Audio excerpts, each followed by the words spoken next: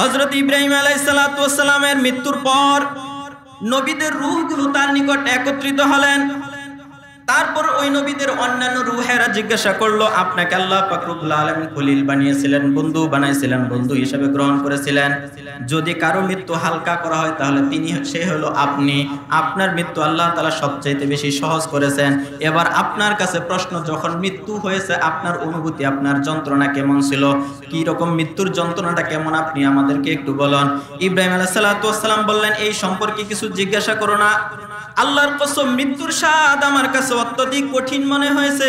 মৃত্যু করার দ্বারা সরাসরি একটা জীবিত মানুষকে কাটা থেকেও কঠিন, কষ্টকর। আজরাইল আলাইহিস সালাতু ওয়াস সালাম আমার নিকট লোহার পেরেক নিয়ে আসলেন, অতঃপর তার শরীরের প্রতিটি অঙ্গ পতঙ্গের ভিতরে ঢুকিয়ে দেন। রূহকে প্রতিটি অঙ্গ থেকে তাড়িয়ে তাড়িয়ে হৃৎপিণ্ডের ভিতরে নিয়ে আসলেন, তাড়িয়ে তাড়িয়ে হৃৎপিণ্ডের ভিতরে আবদ্ধ করে ফেললেন।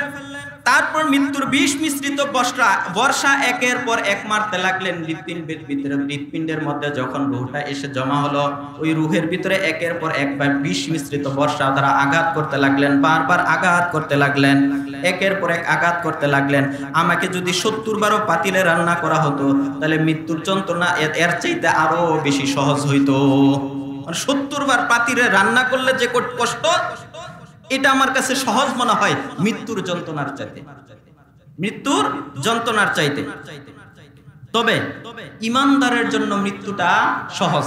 ক্বালা রাসূলুল্লাহ সাল্লাল্লাহু আলাইহি ওয়াসাল্লাম, তুহফাতুল মুমিনিল মাউত। ঈমানদারের জন্য মৃত্যু হলো হাদিয়া স্বরূপ, উপঢৌকন স্বরূপ, উপঢৌকন। অন্য হাদিসের মধ্যে রয়েছে, আল মাউতু জিসরুন ইউসিলুল হাবিবা ইলাল হাবিবি। মৃত্যু হলো একটা ব্রিজের মতন, এই ব্রিজটা পার হওয়ার মাধ্যমে একজন নেককার বান্দা, ঈমানদার বান্দা সরাসরি আল্লাহর সাথে মিলিত হয়ে যায়। কারো সাথে গভীর বন্ধুত্ব, মহাব্বত অনেক বেশি, এত বেশি যে তাকে দেখা ছাড়া বাঁচতে পারে না। হঠাৎ করে যদি কয়েক মাস তার সাথে দেখা না হয়, ওই লোকটা দেখার জন্য পাগল হয়ে যাবে না? তো ঈমানদার বান্দা আল্লাহ তাআলার সাথে দেখার জন্য পাগল হয়ে যাবে, সাক্ষাতের জন্য পাগল হয়ে যাবে। এই মৃত্যু হল আল মাউতু জিসরুন, মৃত্যু একটা পুল, ব্রিজ। ইউসিলুল হাবিবা ইলাল হাবিবি, মৃত্যু, এই মৃত্যুর মাধ্যমে এক বন্ধুকে আরেক বন্ধুর সাথেই মিলিয়ে দেওয়া হয়। তাহলে ঈমানদারের জন্য মৃত্যু হলো হাদিয়া, উপঢৌকন। তো মৃত্যুর যন্ত্রণা তো অনেক বেশি কঠিন, অনেক বেশি কঠিন। তবে ঈমানদার বান্দা মৃত্যুর যন্ত্রণা টের পাবে না। মৃত্যুর যন্ত্রণা তার শরীরে হবে, কিন্তু সে টের পাবে না। হাদিসের মধ্যে রয়েছে, কোনো বাচ্চার যদি মাথা ব্যথা করে, বাচ্চা মায়ের নিকট দিয়ে অভিযোগ করলো, মা মাথাটা অনেক ব্যথা করতেছে, কোনোভাবে সহ্য করতে পারতেছে না। এবার মা তার মাথাটাকে কুলের ভিতরে নিয়ে আস্তে আস্তে আলতো করে মাথাটাকে টিপে দিচ্ছে। এবার বলেন, সন্তান কি আরাম পাবে না কষ্ট হবে? আরাম পাবে। মা যখন নাকি সন্তানকে কুলে নিয়ে আস্তে আস্তে মাথাটা টিপে দেয়, এই মাথা টিপার দ্বারা যেমন সন্তান ব্যথা পায় না, আরাম লাগে, তদ্রুপ মুমিনের জন্য ওই মৃত্যুর যন্ত্রণা তার জন্য এমন আরামদায়ক করে দিবেন। মৃত্যুর যন্ত্রণা হবে, কিন্তু আল্লাহ তাআলা সেই যন্ত্রণাটা থেকে আরামদায়ক বানিয়ে দিবেন। মৃত্যু আমরা প্রত্যেকে জানি এমন একটা সত্য, যেটা থেকে পলায়ন করার, যাকে অস্বীকার করার সুযোগ নেই। প্রত্যেকটা মানুষই মৃত্যুবরণ করবে। কুল্লু নাফসিন যায়িকাতুল মাউত। এরপরে মৃত্যুর পর সুম্মা ইলাইনা তুরজাউন, আল্লাহ তাআলা বলেন, তোমরা আবার আমার সামনে এসে উপস্থিত হবে। আমার সামনে আসার পর তোমাদেরকে দুনিয়ার হায়াত কিভাবে কাটিয়েছো, ধন সম্পদ কোন পথে ব্যয় করেছো, কোরআন এবং হাদিসের হুকুমগুলো পালন করেছো কিনা, আল্লাহ তাআলার সামনে সেগুলোর জবাবদিহি করতে হবে।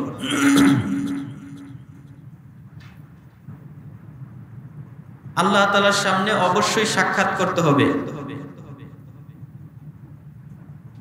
এবং আল্লাহ তাআলা হিসাব নিকাশ নেবেন। হিসাব নিকাশে যারা উত্তীর্ণ হবে তারা জান্নাতি, আর যারা হিসাব নিকাশে আটকে যাবে তারা জাহান্নামী।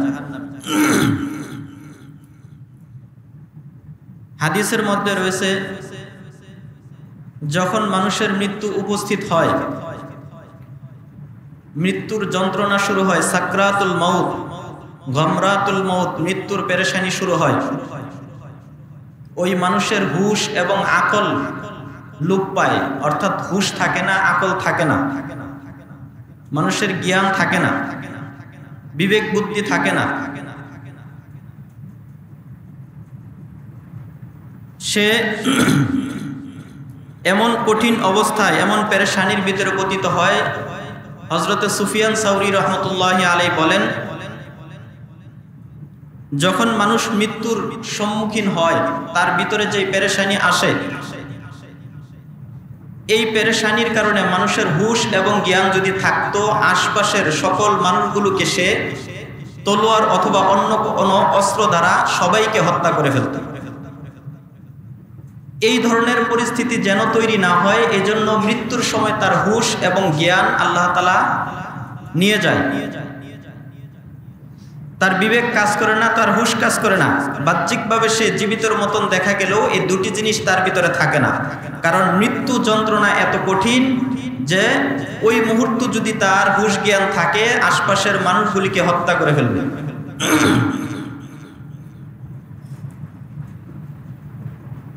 আর দুনিয়াতে অনেক মানুষ এসেছেন, রাজা বাদশাহ ক্ষমতাধর অনেকে অতিবাহিত হয়েছে, কেউ মৃত্যুর হাত থেকে বাঁচতে পারেনি। হযরতে সুলাইমান আলাইহিস সালাতু ওয়াস সালাম, আল্লাহ পাক রব্বুল আলামিন যাকে পৃথিবীর এমন ক্ষমতা দান করেছিলেন যে ক্ষমতা পৃথিবীর অতীতে কোনো বাদশাকে দেওয়া হয় নাই, ওই যুগে ছিল না, ভবিষ্যতে কোনো বাদশাকে এত বেশি ক্ষমতা দেওয়া হবে না। ক্ষমতার সাথে সাথে পশু পাখি সকল জীবজন্তুর ভাষা বোঝার মতন ক্ষমতা আল্লাহ তাআলা তাকে দিয়েছিলেন। এমন একটি সিংহাসন দিয়েছিলেন, যে সিংহাসন তাকে যে কোনো জায়গায়, এক জায়গা থেকে আরেক জায়গায় শত শত মাইল, হাজার হাজার মাইল চোখের পলকে নিয়ে যাইতেন।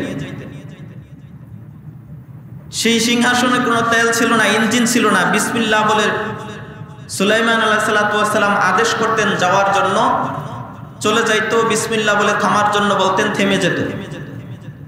কোন কোন রিওয়ায়াতের ভিতরে আছে সিংহাসনের ভিতরে 12,000 মানুষ মিটিং মজলিসে বসলে চেয়ারের সাজানো গোছানো যেভাবে থাকে সেভাবে 12,000, কোন কোন রিওয়ায়াতের ভিতরে আছে 12 লক্ষ মানুষ সিংহাসনের ভিতরে একসাথে বসতে পারত। এত বড় সিংহাসন দিয়েছিলেন। সিংহাসনের এমন কিছু বৈশিষ্ট্য ছিল যে একটা অপরাধী সিংহাসনে ওনার রাজ দরবারে যাওয়ার সাথে সাথে ভয়ে সে স্বীকার করে ফেলতো যে আমি অপরাধী। আল্লাহ তাআলা যদি তৌফিক দান করে এই বিষয়ে সিংহাসনের বৈশিষ্ট্য অন্য কোনো দিন বর্ণনা করব, আজকের আলোচ্য বিষয় এটা নয়। তো পৃথিবীর অনেক ক্ষমতাধর বাদশাহ হযরত সুলাইমান আলাইহিস সালাম, পৃথিবীর বাদশাহ 4 জন বাদশাহ ছিলেন যারা সারা পৃথিবীর রাজত্ব করেছেন। 2 জন মুসলমান, 2 জন কাফের। তো সুলাইমান আলাইহিস সালাতু ওয়াস সালামকে আল্লাহ তাআলা এত ক্ষমতা দিয়েছিলেন। সুলাইমান আলাইহিস সালাতু ওয়াস সালাম যখন বাইতুল মাকদিস নির্মাণ করার জন্য জিনদেরকে কাজের লোক হিসেবে ব্যবহার করছিলেন, আল্লাহ তাআলা তাকে ক্ষমতা দিয়েছিলেন। এই জন্য কেউ যদি কাজে গাফলতি করত, কেউ যেন কাজের ভিতরে কোনো গাফলতি করতে না পারে, অলসতা করতে না পারে, এই জন্য সুলাইমান আলাইহিস সালাতু ওয়াস সালাম একটা কাচের ঘরের ভিতরে লাঠি ভর দিয়ে দাঁড়ানো ছিলেন, তদারকি করছিলেন যে কেউ যেন কাজে ফাঁকি না দেয়। কাজ শেষ হলো, শেষ হওয়ার পর সুলাইমান আলাইহিস সালাতু ওয়াস সালামকে জানানোর জন্য গেলেন। যখন জানানোর জন্য গেলেন, ওনার শরীরে স্পর্শ করার সাথে সাথে লাঠির ভিতরে তাকায় দেখলেন যে লাঠি উই পোকায় খেয়ে শেষ করে ফেলেছে। জিনেরা বুঝতে পারলো এই লাঠি একদিনে উই পোকা খায় নাই, বহুদিন যাবত লাঠিটা উই পোকা খেয়ে ফেলেছে। তার মানে সুলাইমান আলাইহিস সালাম অনেক দিন আগে মৃত্যুবরণ করেছেন। কিতাবের মধ্যে আছে 6 মাস পূর্বে মৃত্যুবরণ করেছিলেন। কিন্তু জিনেরা কাজের ভিতরে ফাঁকি দিবে, কাজ শেষ না করেই চলে যাবে। এই জন্য আল্লাহ পাক রব্বুল আলামিন সুলাইমান আলাইহিস সালাতু ওয়াস সালামের মৃত্যুর পরেও উনাকে ওই অবস্থায় দাঁড় করিয়ে রেখেছিলেন যেন কাজে ফাঁকি না দেয়। জিনেরা আফসোস করতে লাগলো, হায় বহুদিন আগেই তিনি মারা গেছেন, অথচ আমরা এত কঠিন কঠিন কাজ করছিলাম। যদি জানতাম যে তিনি মারা গেছেন তাহলে এত কঠিন কাজ আমরা করতাম না। তো এখান থেকে শিক্ষণীয় হলো, একজন নবী যাকে অসীম ক্ষমতা দান করে করেছিলেন, মৃত্যুর সময় আসার সাথে সাথে তার জানও কবজ করা হয়েছে। নেক কাজ করছিলেন, মসজিদ নির্মাণ করছিলেন, তবুও তার কোনো সুযোগ দেওয়া হয়নি যে কাজটা শেষ হোক তারপরে আপনার জান কবজ করা হবে। এই জন্য আল্লাহ তাআলা বলেন লিকুল্লি উম্মাতিন আজাল। আল্লাহ পাক রব্বুল আলামিন বলেন প্রত্যেকটা মানুষের জন্য নির্ধারিত হায়াত রয়েছে, নির্ধারিত সময় রয়েছে। লিকুল্লি উম্মাতিন আজাল ইজা জাআ আজালুহুম লা ইস্তাখিরুনা সাআতান ওয়া লা ইস্তাকদিমুন। মানুষের হায়াত যখন শেষ হয়ে যাবে, নির্ধারিত হায়াত শেষ হওয়ার সাথে সাথে তার মৃত্যু যন্ত্র, তার মৃত্যু শুরু হয়ে যাবে। আল আজরাইল আলাইহিস সালাতু ওয়াস সালাম আসিয়া তার জানটা কবজ করে নেবেন, তার জান কবজ করে নেবে। আল্লাহ পাক রব্বুল আলামিন অন্য জায়গার ভিতরে বলেন যেই জায়গার ভিতরে তার মৃত্যু লেখা রয়েছে সেই জায়গায় তার মৃত্যু হবে। কোন একটা মানুষ বাংলাদেশের ভিতরে থাকে, তার মৃত্যু লেখা রয়েছে সৌদি আরবের ভিতরে, আমেরিকায়, ইউরোপ, জার্মান, জাপান, অন্য কোন দেশে তার মৃত্যু লেখা রয়েছে। আল্লাহ পাক রব্বুল আলামিন বলেন ওই লোকটার মৃত্যু সেই জায়গার ভিতরেই হবে, যেই জায়গায় তার মৃত্যু লেখা রয়েছে সেখানেই হবে। আল্লাহ তাআলা সেই জায়গায় যাওয়ার জন্য তার একটা প্রয়োজন তৈরি করে দিবেন, সেই প্রয়োজন পুরা করার জন্য সেই মৃত্যুর জায়গায় গিয়ে উপস্থিত হবে। যেখানে তার মৃত্যু হবে তার প্রয়োজন, ভিতর থেকে একটা প্রয়োজন তৈরি হবে যে আমার ওই দেশে যাওয়া দরকার। এইভাবে তাকে সেই জায়গায় নিয়ে যাবেন। হযরত সুলাইমান আলাইহিস সালাতু ওয়াস সালামের দরবারে একজন লোক বসা ছিলেন। এমন সময় আরেকজন মানুষ আসলেন। আসার পর তার চেহারার দিকে এত ভয়ানক আকৃতিতে তাকাইলেন, তাকানোর সাথে সাথে লোকটা ভয় পেয়ে গেল। যে লোকটা তাকাইছেন তিনি আসলে মানুষের ছদ্মবেশে আজরাইল আলাইহিস সালাতু ওয়াস সালাম। আজরাইল আলাইহিস সালাতু ওয়াস সালাম মানুষটার দিকে ভয়ানক দৃষ্টিতে যখন তাকাইলেন, লোকটা ভয় পেয়ে গেল। মিটিং শেষ হওয়ার পর ওই লোকটা হযরত সুলাইমান আলাইহিস সালাতু ওয়াস সালামের নিকট আসলেন। ওগো নবী, আপনার পিছনে একজন মানুষ দাঁড়ানো ছিল, লোকটা আমার দিকে ভয়ানক দৃষ্টিতে তাকাইছে, আমার দিকে ভয়ানক দৃষ্টিতে তাকাইছে। আমার অত্যন্ত ভয় করতেছে, না জানি লোকটা আমাকে ক্ষতি করে, আমাকে কোনো ক্ষতি করে। এই জন্য নবী, আল্লাহ তাআলা তো আপনাকে ক্ষমতা দিয়েছেন, আপনার ক্ষমতা দ্বারা সিংহাসনের মাধ্যমে আমাকে অমুক দেশের ভিতরে ফিরে নিয়ে দিয়ে আসুন। সুলাইমান আলাইহিস সালাতু ওয়াস সালাম সিংহাসনকে আদেশ দিলেন। সাথে সাথে ওই লোকটাকে ওই নির্ধারিত জায়গার ভিতরে, দেশের ভিতরে রেখে আসলেন। এবার সুলাইমান আলাইহিস সালাতু ওয়াস সালাম হযরত আজরাইল আলাইহিস সালাতু ওয়াস সালামকে জিজ্ঞাসা করলেন, ও আজরাইল, তুমি লোকটার দিকে এত ভয়ানক দৃষ্টিতে কেন তাকাইছিলা? ভয়ের কারণে লোকটা এই দেশ ছেড়ে অন্য দেশে চলে গেছে তোমার ভয়ের জন্য। ওই আজরাইল আলাইহিস সালাতু ওয়াস সালাম জবাব দিলেন, এই লোকটাকে যখন আমি আপনার দরবারে দেখতে পাইলাম, আমি আশ্চর্য হলাম, কিছুক্ষণ পরে এই লোকটার মৃত্যু হবে অমুক দেশের ভিতরে, অথচ এই লোকটা আপনার দরবারে উপস্থিত। আমি আশ্চর্য হচ্ছিলাম যে লোকটা কিছুক্ষণের মধ্যে এত দূরের দেশে হাজার হাজার মাইল পথ পাড়ি দিয়ে সে ওখানে কিভাবে যাবে। এই জন্য আমি তার দিকে ভয়ানক দৃষ্টিতে তাকাইছি। আল্লাহ পাক রব্বুল আলামিন নির্ধারণ করে রেখেছেন তার মৃত্যুটা সেই জায়গার ভিতরে হবে। এই জন্য আপনার কাছে আরজি পেশ করেছে ওই দেশে পাঠিয়ে দেওয়ার জন্য। এখন নির্ধারিত মৃত্যুর সময়ের পূর্বেই সে ওই জায়গায় উপস্থিত হয়েছে। কিছুক্ষণের মধ্যে আমি ওই জায়গার ভিতরে তার জানটা কবজ করে নিব। কিছুক্ষণের মধ্যে ওখানে তার জান কবজ করবে। তাহলে এই লোকটার মৃত্যু হবে অমুক দেশে, শত শত মাইল দূরে। তাহলে এই লোকটা তো কোনো মাধ্যমে এত দূরে যাওয়া সম্ভব না। তো আল্লাহ তাআলা আপনার মাধ্যমে সেই জায়গার ভিতরে পৌঁছে দিয়েছে। এই জন্য আল্লাহ পাক রব্বুল আলামিন বলেন, ইযা জাআ আজালুহুম লা ইস্তাখিরুনা সাআতান ওয়া লা ইস্তাকদিমুন। যখন কোনো মানুষের হায়াত শেষ হয়ে যাবে, এক সেকেন্ড আগেও তার জান কবজ করা হবে না, এক সেকেন্ড পরেও তার জান কবজ করা হবে না। আইনামা তাকুনু ইদ্রিকুমুল মাউতু ওয়ালাউ কুনতুম ফি বুরুজিম মুশাইয়াদা। তোমরা যেখানেই থাকো সেখানেই তোমাদেরকে মৃত্যু পাকড়াও করবে। তোমরা যদি সুদূর আকাশে উঠে যাও সেখানেও মৃত্যু তোমাদেরকে পাকড়াও করবে। মৃত্যু পাকড়াও করবে। যার হায়াত যতদিন আছে এতদিন সে জীবিত থাকবেই। তাফসীরের কিতাবের মধ্যে একটা ঘটনা বর্ণিত রয়েছে।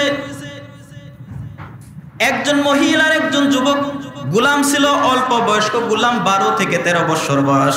এমন একটা গোলাম, হঠাৎ করে ওই মহিলার গর্ভবতী ছিল, মহিলার প্রসব বেদনা শুরু হইল। ঘরের ভিতরে আর কোনো মানুষ ছিল না।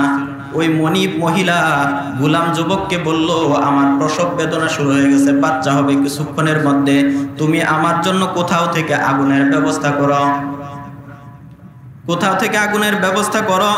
মহিলা বাচ্চা প্রসব করলেন। বাচ্চা প্রসবের সময় মহিলাদের জন্য, গর্ভবতী মায়ের জন্য আগুনটা অনেক উপকারী হয়, আগুনের তাপটা তার জন্য উপকারী হয়। হযরত মুসা আলাইহিস সালাতু ওয়াস সালামের স্ত্রী যখন সন্তান ভূমিষ্ঠ হবেন, এমন সময় ওই আগুনের খোঁজে গেলেন তুর পর্বতে। আল্লাহ তাআলা সেখানে আগুনের মতন দেখাইলেন। আসলে সেখানে আগুন ছিল না, আল্লাহ পাক রব্বুল আলামিন আগুনের আকৃতিতে তাকে নবুয়ত দান করেছিলেন, নবুয়ত দান করেছিলেন।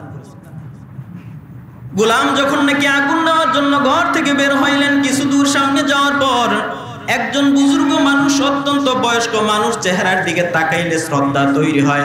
অত্যন্ত শান সম্পদওয়ালা মানুষ, সম্মানী মানুষ, শ্রদ্ধাভাজন মানুষ, যাকে দেখলে মনে হয় লোকটা অনেক বিশ্বস্ত।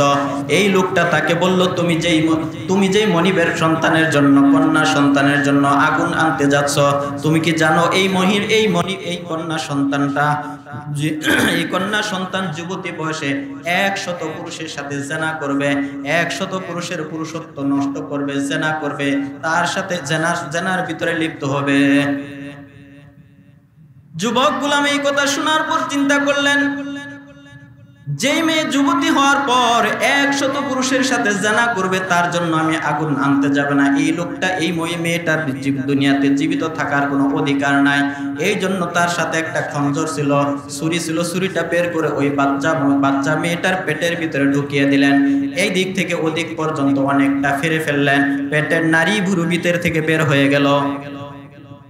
বের হয়ে যাওয়ার পর মহিলার, ওই সন্তানের মা, ওই যুবকের মনিব মহিলা যখন টের পাইলেন, চিল্লাচিল্লি করতে আরম্ভ করলেন। যুবক চিন্তা করলেন, আমি তো এই মেয়েটাকে মেরেছি, তার পিছনে একটা কারণ আছে। কারণ কি? বুজুর্গ বলেছে এই মেয়েটা যুবতী হওয়ার পর, বয়স হওয়ার পর 100 পুরুষের সাথে জেনা করবে। এমন লোকে এই কথা বলেছে যে এই লোকের কথা কখনো মিথ্যা হতে পারে না। কিছু মানুষের চেহারা থেকে সততার ছাপ পাওয়া যায়, কিছু মানুষের চেহারা দেখলেই বোঝা যায় লোকটা গুনাহগার, গুনার চেহারা তার ভিতরে থাকে। উজুহু ইয়াউমাইদিন মুসফিরা দাহিকাতুম মুস্তাবশিরা ওয়া উজুহু ইয়াউমাইদিন আলাইহা গাবারা। কিয়ামতের ময়দানে যে সকল মানুষেরা নেককার, তাদের চেহারা থেকে নূর বের হবে, আর যে সকল মানুষেরা গুনাহগার, তাদের চেহারা উচ্ছিত কালো হয়ে যাবে। বালক গোলাম চিন্তা করলেন, এই যে বুজুর্গ কথা বলেছে, আমি যে তাকে হত্যা করেছি, হত্যার পিছনে কারণ রয়েছে, এটা তাকে জানানোর জন্য, বোঝানোর জন্য সাক্ষী দরকার, অন্য কেউ তো শুনে নাই। তিনি দৌড়ে গেলেন। দৌড়ে যাওয়ার পর দেখতে পাইলেন যে বুজুর্গ, যেই আল্লাহর ওলি কথা বলেছেন, সে আর নাই। এবার ফিরে আসলেন। আসার পর চিন্তা করলেন, আমি যদি কিছুক্ষণ এই জায়গার মধ্যে থাকি, তাহলে আশপাশের মানুষেরা আমাকে হত্যা করে ফেলবে, আমাকে মেরে ফেলবে। আমি একটি নিষ্পাপ শিশু বাচ্চাকে, সদ্য ভূমিষ্ঠ শিশু বাচ্চাকে মেরে ফেলেছি, আমাকেও তারা রক্ষা করবে না, রেহাই দিবে না। এই জন্য সে পলায়ন করে বহু দূর, শত মাইল দূরে অন্য দেশে চলে গেলেন। সেই জায়গার ভিতরে যাওয়ার পর আল্লাহ পাক রব্বুল আলামিন ওই গোলামের ভাগ্য খুলে দিলেন। সেখানে খুলে দেওয়ার পর লোকটা এতদিন পর্যন্ত গোলাম ছিল, ওই এলাকার সবচাইতে বড় ধনী লোক হয়ে গেলেন, সবচাইতে বেশি ধনাঢ্য লোক হয়ে গেলেন, টাকা পয়সার মালিক হয়ে গেলেন। যখন যুবক বয়সে উপনীত, এমন সময় যুবক বয়সে উপনীত, বিবাহের বয়স হয়েছে, এমন সময় আশপাশের মুরব্বী আর তার অধীনস্থ মানুষদেরকে বললেন, আল্লাহ তাআলা আমাকে ধন সম্পদ দিয়েছেন, ক্ষমতা দিয়েছেন, সব কিছুই দিয়েছেন, কিন্তু একটা জিনিসের অভাব। এই মুহূর্তে আমার ঘরের ভিতরে একজন নারী দরকার, বিবাহ করা দরকার। আমার জন্য সারা দেশ এলাকা খুঁজে খুঁজে একটা সুন্দরী নারী বের করো, যার সাথে আমি বিবাহ বন্ধনে আবদ্ধ হব। আত্মীয় স্বজন, মুরব্বী আর অধীনস্থ মানুষেরা খুঁজে খুঁজে একটা সুন্দরী রূপসী মেয়ের বের করলেন। এর চাইতে সুন্দরী ওই সময়, ওই যুগের ভিতরে আর কেউ ছিল না। বিবাহ সম্পাদন হওয়ার পর বাসর ঘরের ভিতরে যখন গেলেন, একজন আরেকজনের সাথে কথা বলতেছিলেন। হঠাৎ করে যখন পেটের দিকে তাকাইলেন, পেটের দিকে তাকানোর পর দেখতে পাইলেন পেটের ভিতরে একটা লম্বা দাগ। জিজ্ঞাসা করলেন, ওগো স্ত্রী, ওগো প্রিয়তমা, তোমার পেটের ভিতরে লম্বা দাগ দেখা যায়, তোমার কি কোনো সমস্যা হয়েছে কিনা, তোমার কি কোনো রোগ ছিল কিনা, যে রোগের কারণে তোমার পেটটা কাটা হয়েছে? এবার স্ত্রী জবাব দেয়, আমি যেদিন ভূমিষ্ঠ হয়েছিলাম, আমার মায়ের একজন গোলাম ছিল, ওই গোলামটা আমার পেটের ভিতরে ছুরি চালিয়ে আমার পেটটাকে এপার থেকে ওপার পর্যন্ত অনেক লম্বা ক্ষত করে দিয়েছিল, ফেরে ফেলেছিল। আমার নারী বুড়িগুলো পর্যন্ত ভিতর থেকে বের হয়ে গেছিল। ওই যুবক মনে করেছিল আমি হয়তো আর জীবিত থাকবো না, কিন্তু আল্লাহ পাক রব্বুল আলামিন আমাকে হায়াতে জীবিত রেখেছেন। আমার মা ওই অসুস্থ অবস্থায় পেটটা সুই আর সুতা দিয়ে সেলাই করে রেখে দিয়েছিলেন। আল্লাহ তাআলা আমাকে ওই সেলাইটা দেওয়ার পর চামড়া জোড়া লেগে গেছে, আল্লাহ তাআলা হায়াতে আমাকে বাঁচায় রাখছেন। এই কথা শোনার পর যুবকের ভিতরে কৌতূহল তৈরি হলো, হায় হ্যাঁ, আমি তো একজন মহিলার গোলাম ছিলাম।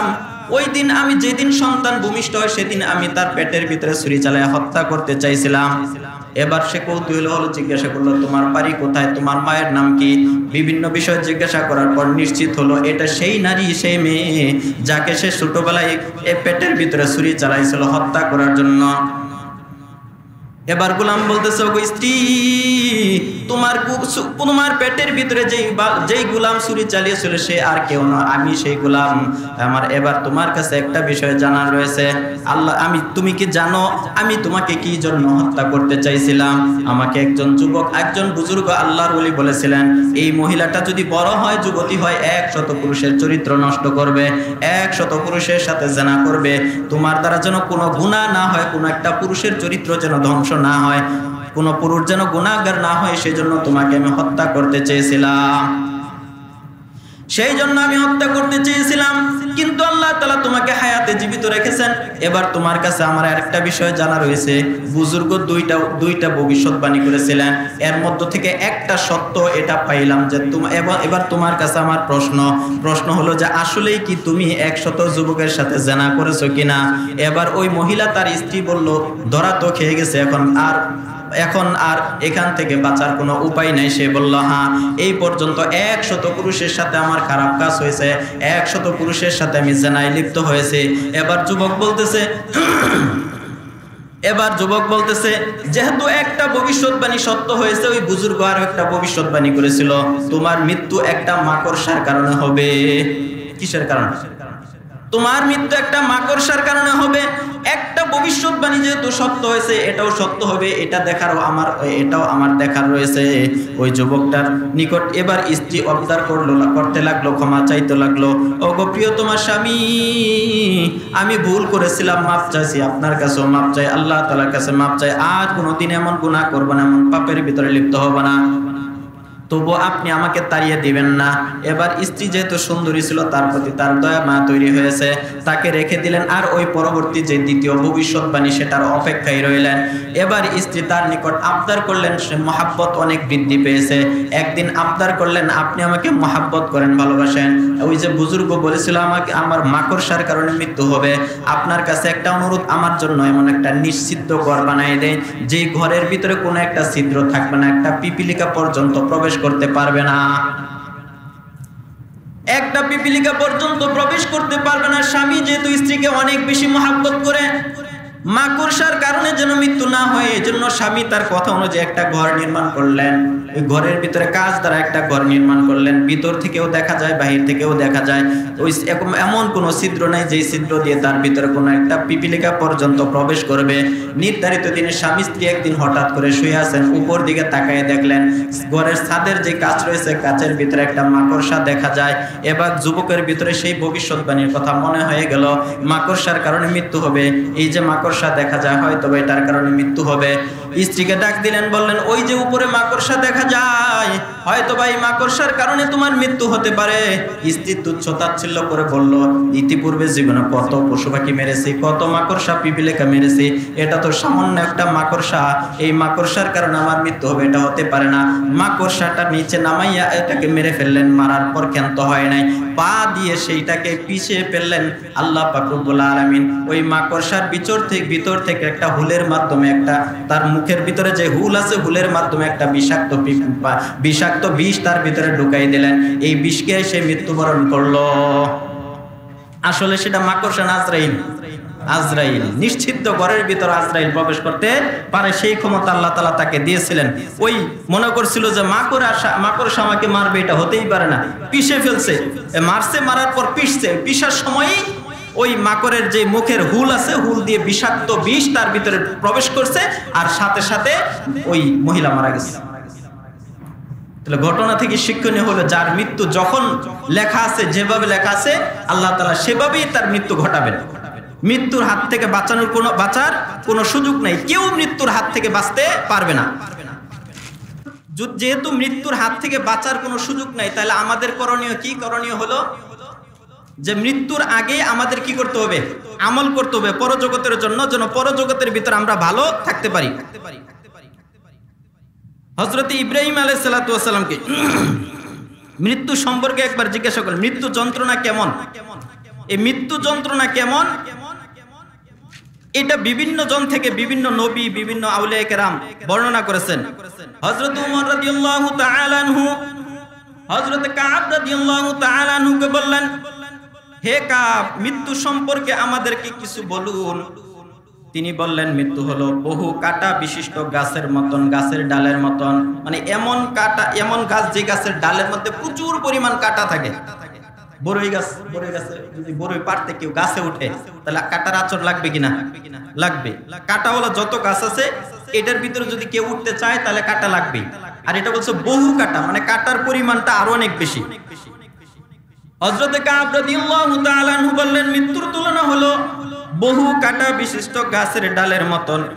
তা কোনো ব্যক্তির শরীরের ভিতরে গেঁথে যাওয়ার পর কাটা, প্রত্যেক ডালের প্রত্যেকটা কাটা শরীরের ভিতরে লাগছে, ওই ডালটা যদি হ্যাঁচকা জোরে টান দেয়, তাহলে শরীরের বিভিন্ন যেই জায়গায় কাটাগুলো লাগছে, সেখান থেকে চামড়া ছিঁড়ে ছিঁড়ে আসবে, রক্ত বের হতে থাকবে। এর দ্বারা কষ্ট হবে কিনা? কষ্ট হবে। ওই গাছের ডালটাকে যদি সজোরে টান দেওয়া হয়, তখন যে অবস্থা হবে, অর্থাৎ যেই বের হওয়ার সময় যে কষ্ট হবে, মৃত্যুর যন্ত্রণাটা এর চাইতে অনেক অনেক গুণ বেশি। হযরত আল্লাহ পাক রব্বুল আলামিন বলেন, হে ইব্রাহিম, তুমি মৃত্যুকে কেমন পেয়েছো? তুমি তো আমার খলিল, তুমি আমার বন্ধু, আমি তোমার মৃত্যু সবচাইতে সহজভাবে করেছি, কিন্তু তোমার কাছে জানতে চাই মৃত্যু যন্ত্র, মৃত্যুর অবস্থাটা তোমার নিকট কেমন ছিল?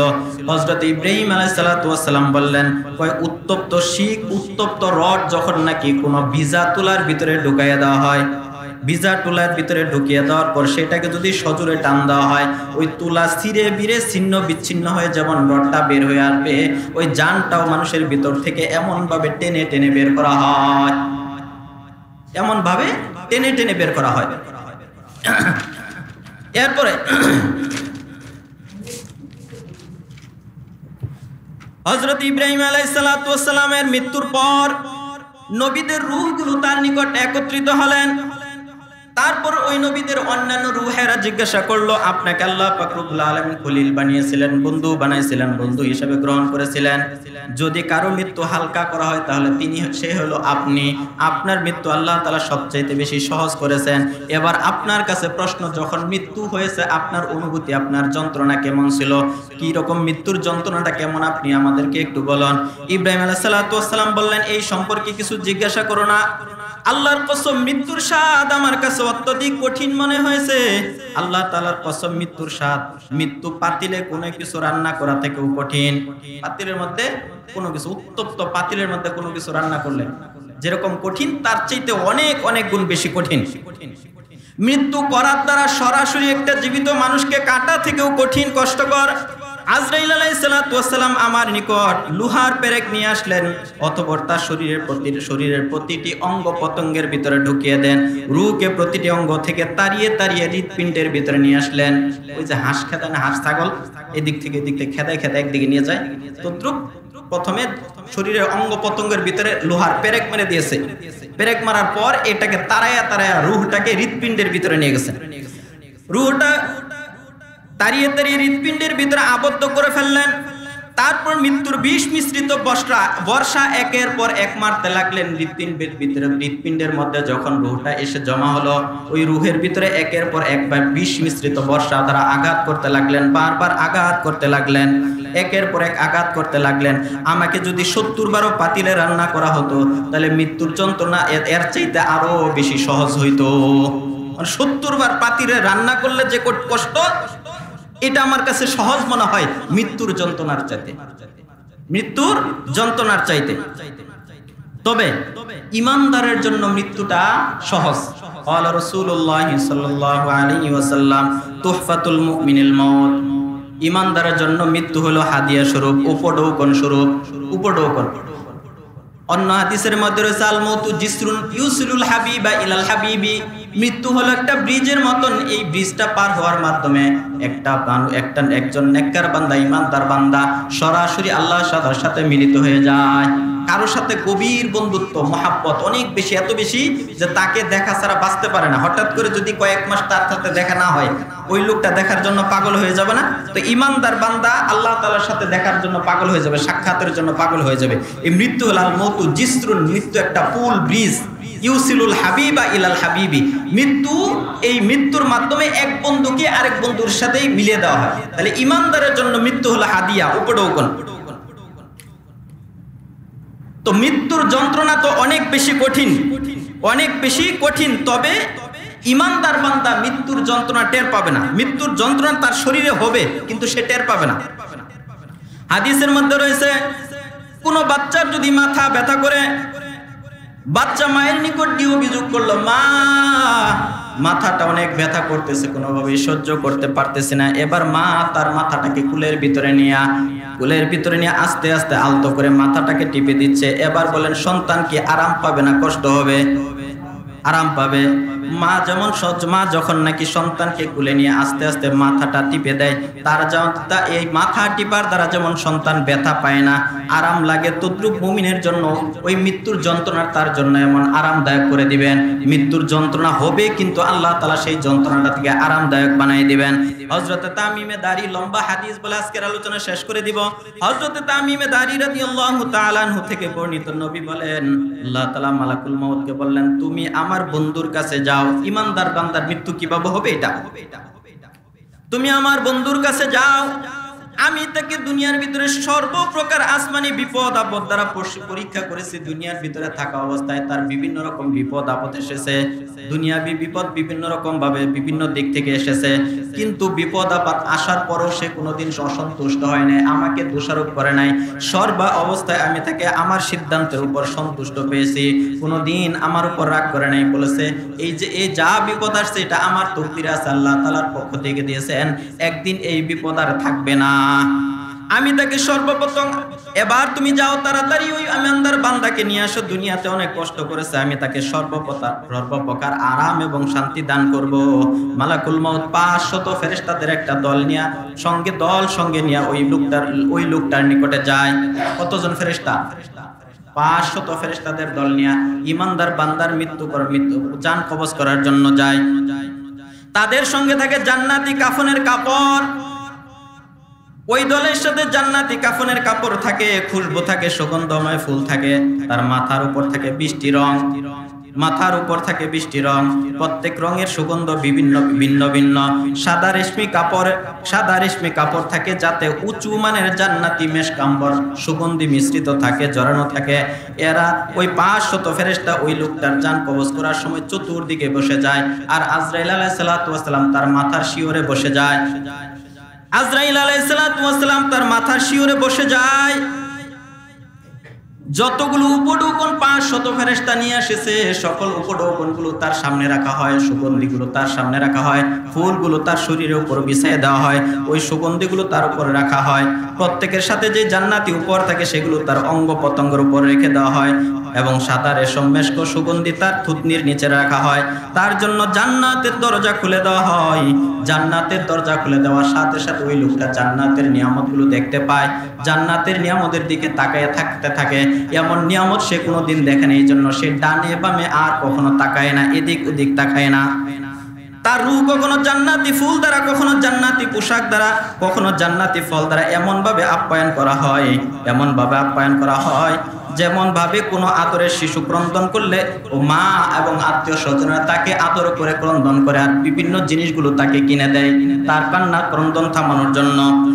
ওই সময় তার জন্য নির্ধারিত হুরেরা তাকে পাওয়ার জন্য আকুতি করতে থাকে, বিকুলতা প্রকাশ করে। এগুলো থেকে, এই দৃশ্য থেকে তার রূহ তার বৃত্ত শরীর নামক খাঁচা থেকে বের হওয়ার জন্য ছটফট করতে থাকে। ওই যে জান্নাতের দরজা খুলে দিছে, জান্নাতের নিয়ামত আর হুরেরা তখন তাকে পাওয়ার জন্য বিপুলতা প্রকাশ করে।